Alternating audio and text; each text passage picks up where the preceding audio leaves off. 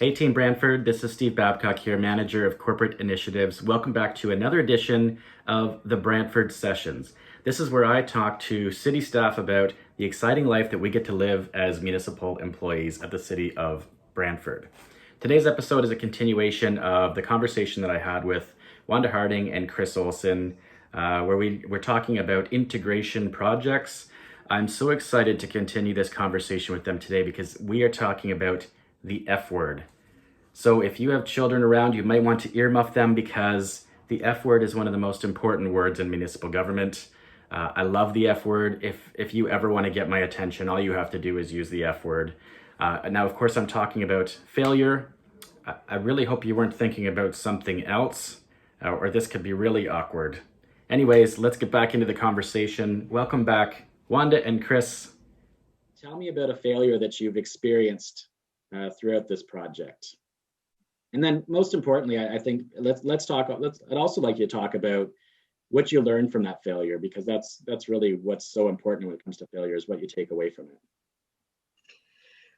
Steve, I think what has helped us make strides in this project and any of the other projects that we've worked on is that we actually expect to fail to some degree. Because we're pushing limits that we haven't pushed before. So we see failure as a good thing because it shows us things that we've missed the first time around. So I describe the setbacks that we have experienced as more opportunities to reflect a bit on what we're trying to achieve, and look for other ways to present the information. Because lots of times we're asking staff to change what they've done for a long time and to change something that actually works. It's a lot to ask of someone. It's important that we always appreciate their perspective and balance that with our own enthusiasm for, gaining efficiencies or making changes. One failure that we expect and happens all the time is everything around stakeholder analysis and management, because you always forget somebody or you forget something, and people don't like being forgotten. And what we find is at the start of the project, you really think about who's going to be affected, right? But that whole stakeholder management thread, that has to run through the whole project all the time and communicating, right? And it's so easy to, forget to include somebody in an email or forget to mention something to someone, and they get upset. I mean, rightly so. I think it's just part of the complexities of trying to manage these projects. But that's one we expect. It happens on every project. I mean, I've never looked back at a project and said, we communicated too much on that one. Yeah. We just communicated way too much. Like, who's ever said that? So is that the takeaway from that failure, that you just cannot over communicate in a project? It's impossible to do. More communication. I think so. Yeah, and some of your communication might not be that great and that well thought out, but I don't know, man. I just tend to find that the more you talk about it and the more people you talk to, it's better. Because eventually the one person that really does need to know, hopefully they're going to hear about it. If you've forgotten about them, maybe they'll hear about it from somebody else, and then they'll call you and find out what's going on, and you can explain why you forgot about them. Yeah.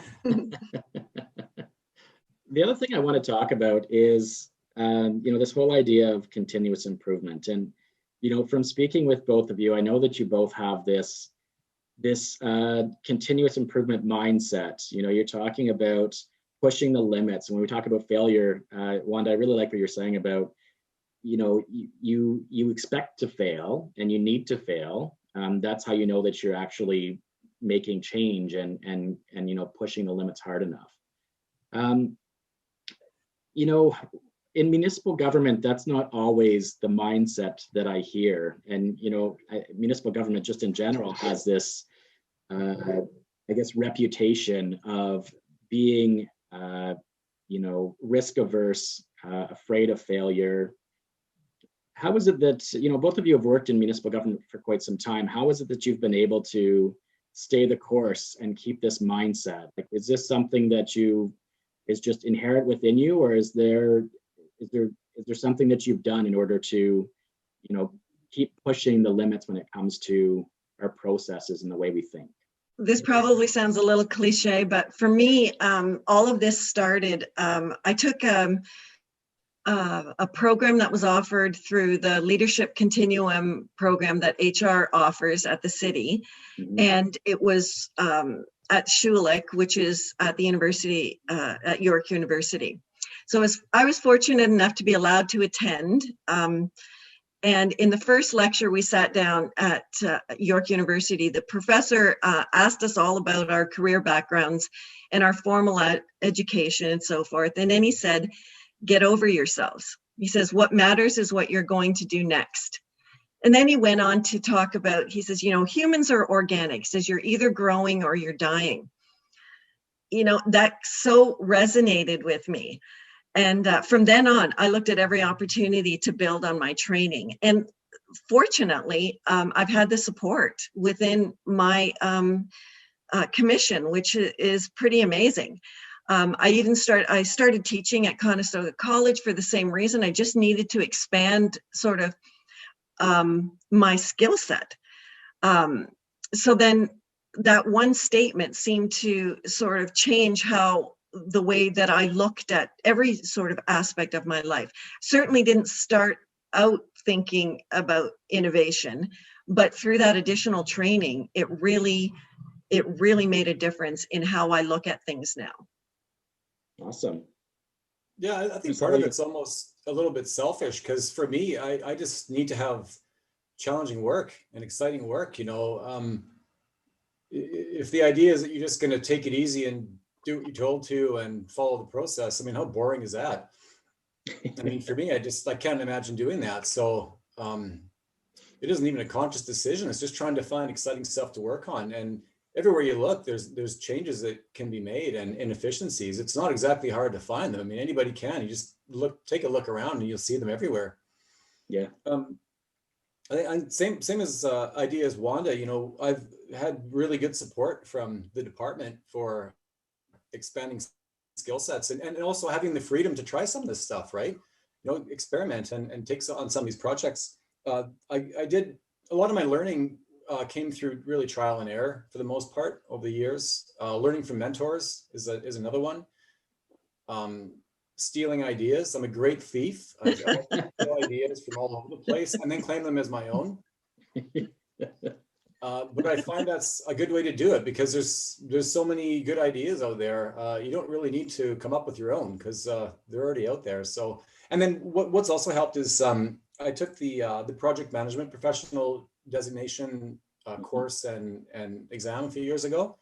That was an eye opener, actually, because I thought I knew a lot about project management, but I didn't know as much as I thought I did. And I learned a lot in that course. So anybody that has a chance to do that's involved with projects, they really should, because it really helps that part. Yeah. I love that both of you have kind of highlighted your development and how important that is to just becoming the best at your trade. I think that's really cool. One of the things that I love about the people that are drawn to municipal government is that we're naturally more service oriented. Like, working in municipal government is just different than it is working in the private sector. I've worked in both. My career right now is split 50-50 between working in the private sector and working in the public sector.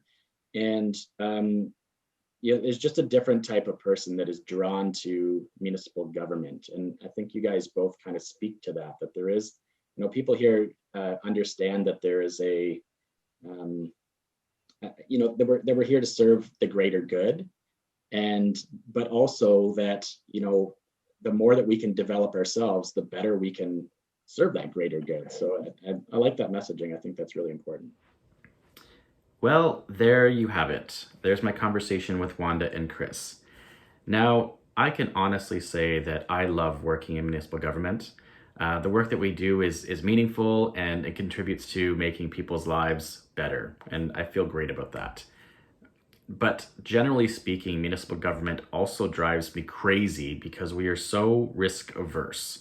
And we're risk averse because we're afraid of failure. And we're afraid of failure because there's this long history of us making mistakes and getting slapped on the wrist for it. Eventually, you get to the point where you're not going to take a chance because the risk outweighs the reward.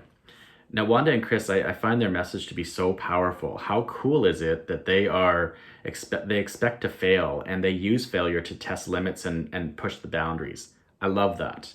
Now, here's my light bulb moment for you. There's such a thing as intelligent failure. I know that sounds weird, but this concept of failing quickly, failing cheaply, and failing forward, meaning that if you can learn from your failure and it helps you get to the next level. So I want you to think about the last time that you failed. Did you fail forward? And if so, I think you should be celebrated and not ridiculed for that. I can't say enough about how impressed I am with Wanda and Kris's courage to share their stories. I'm inspired by them. I hope that you are too. I'd like to thank you for listening and stay tuned for more episodes of the Brantford Sessions coming very soon.